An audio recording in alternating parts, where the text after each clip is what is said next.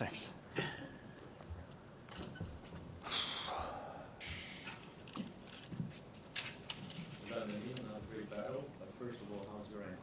Thank you. Yeah, I don't know yet, because the thing is that I twisted it, let's say, pretty bad. The moment I twisted it, I thought it's going to be just fine and I'm going to stand up. Then the pain started raising, let's say, brutally.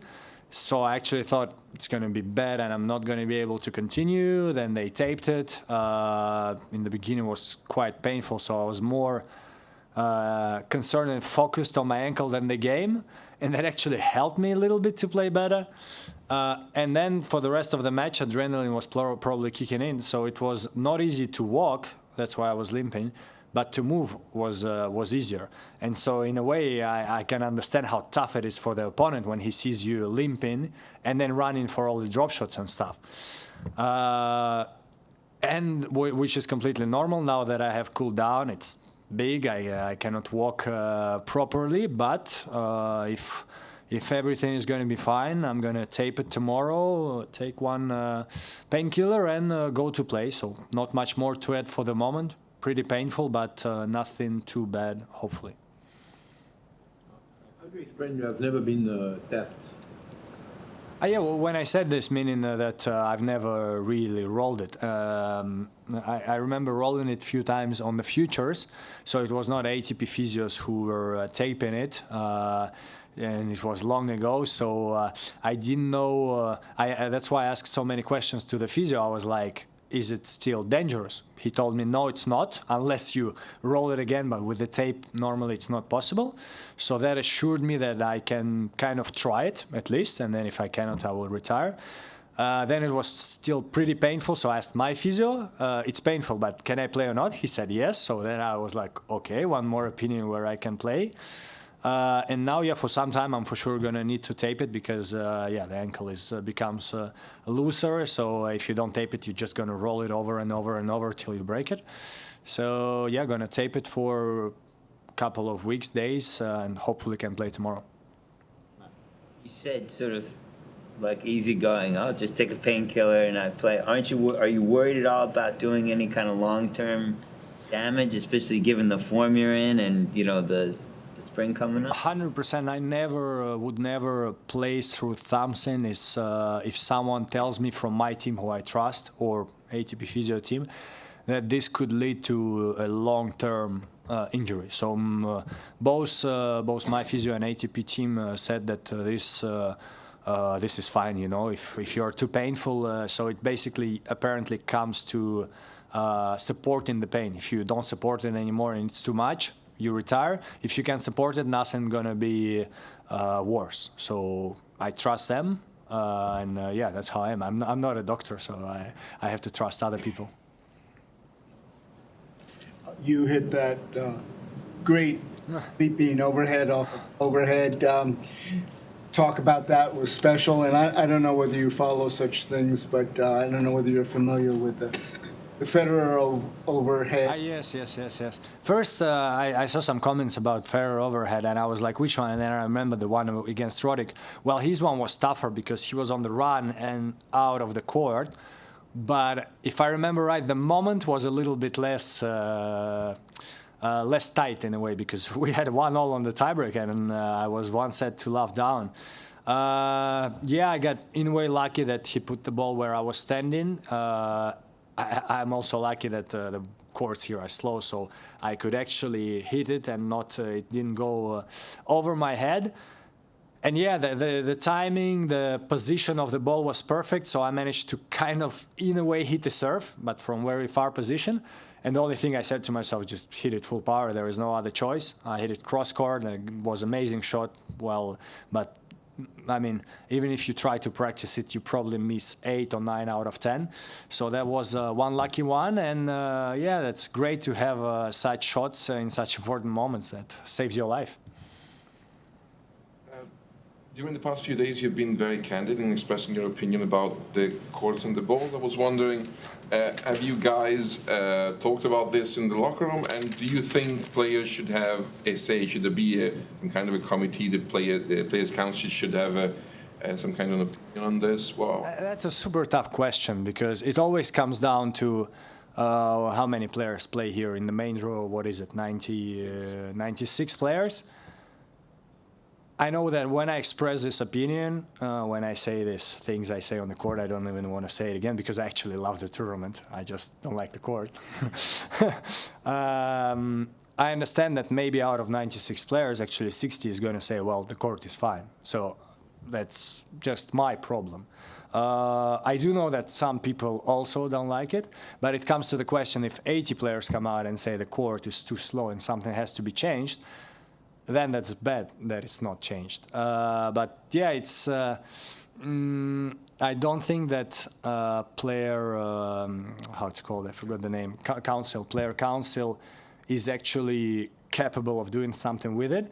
And I'm not sure it has to be done because there are guys like Cam Norrie, like, I don't know if Alcaraz likes to play here, but Norrie definitely adores to play here. And then he would be like, why did we change the courts? And he's right. So we cannot change the courts just because I don't like it. Talking calm, I understand this, and I don't like my behavior on court. But on court, I get crazy because there are some points where I feel like I'm hitting 5-10 good shots, and then I get a winner. I'm like, that's not possible normally, and I get crazy. Yeah.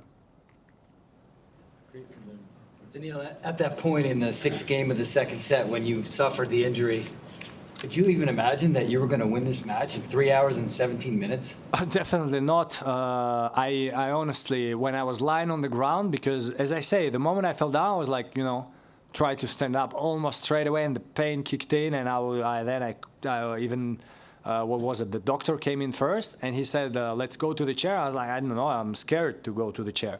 Then I was like, okay, I try, so I went. I thought I'm going to retire, but I always like to give it a try. I had few times in my career where I thought I'm going to retire, same, and I always give it a try. And if I cannot, that's when I retire.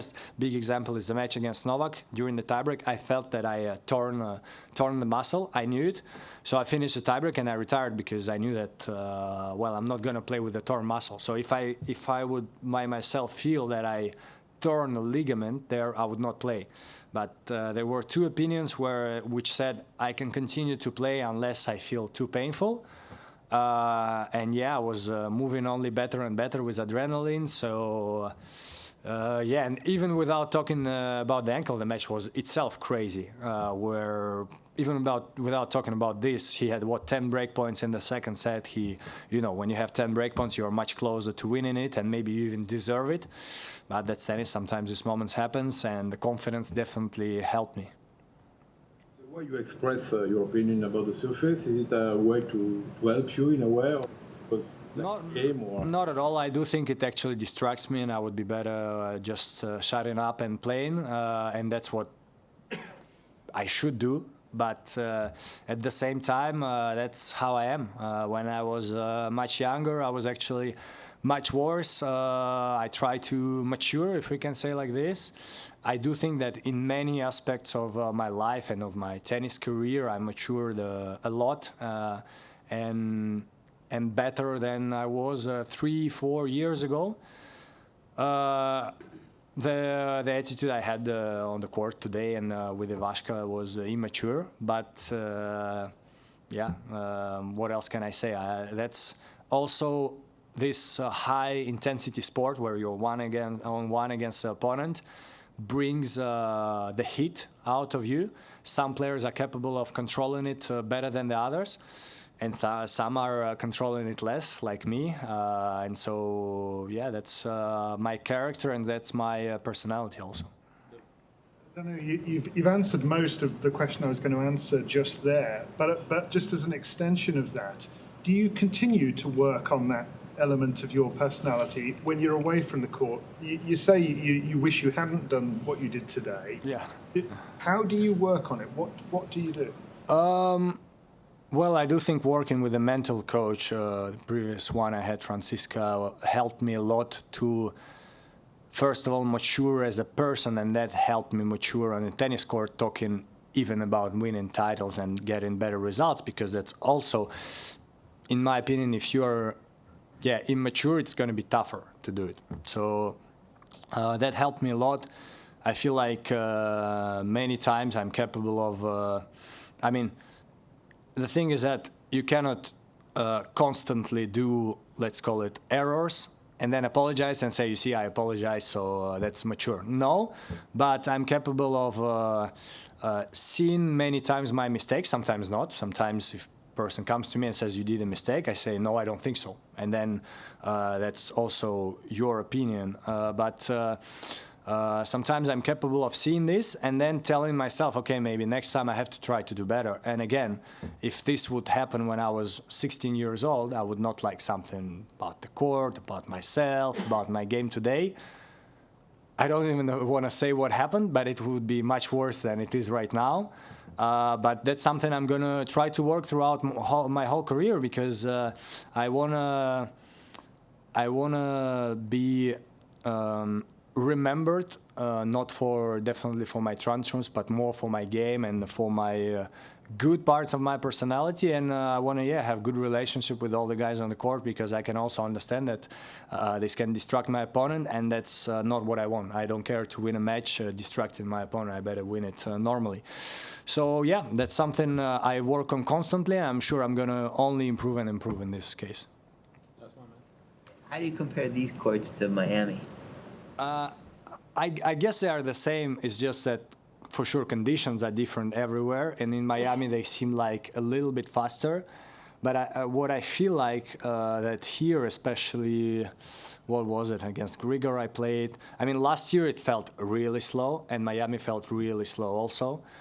Because it also destroys the balls. Actually, one time it was a change of balls, and I gave one ball to the supervisor because you couldn't see anymore what's written on the ball. In my opinion, that's kind of not normal when you change the balls and they're like this. You cannot see anything written on the ball. That's a court that is so rough that makes them become like this.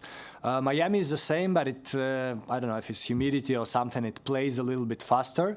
But I never played too good in Miami also, because, yeah, that's not my type of surface. But I'm first-time quarters in Indian Wells. Hopefully I can play tomorrow, and I'm going to try to do my best.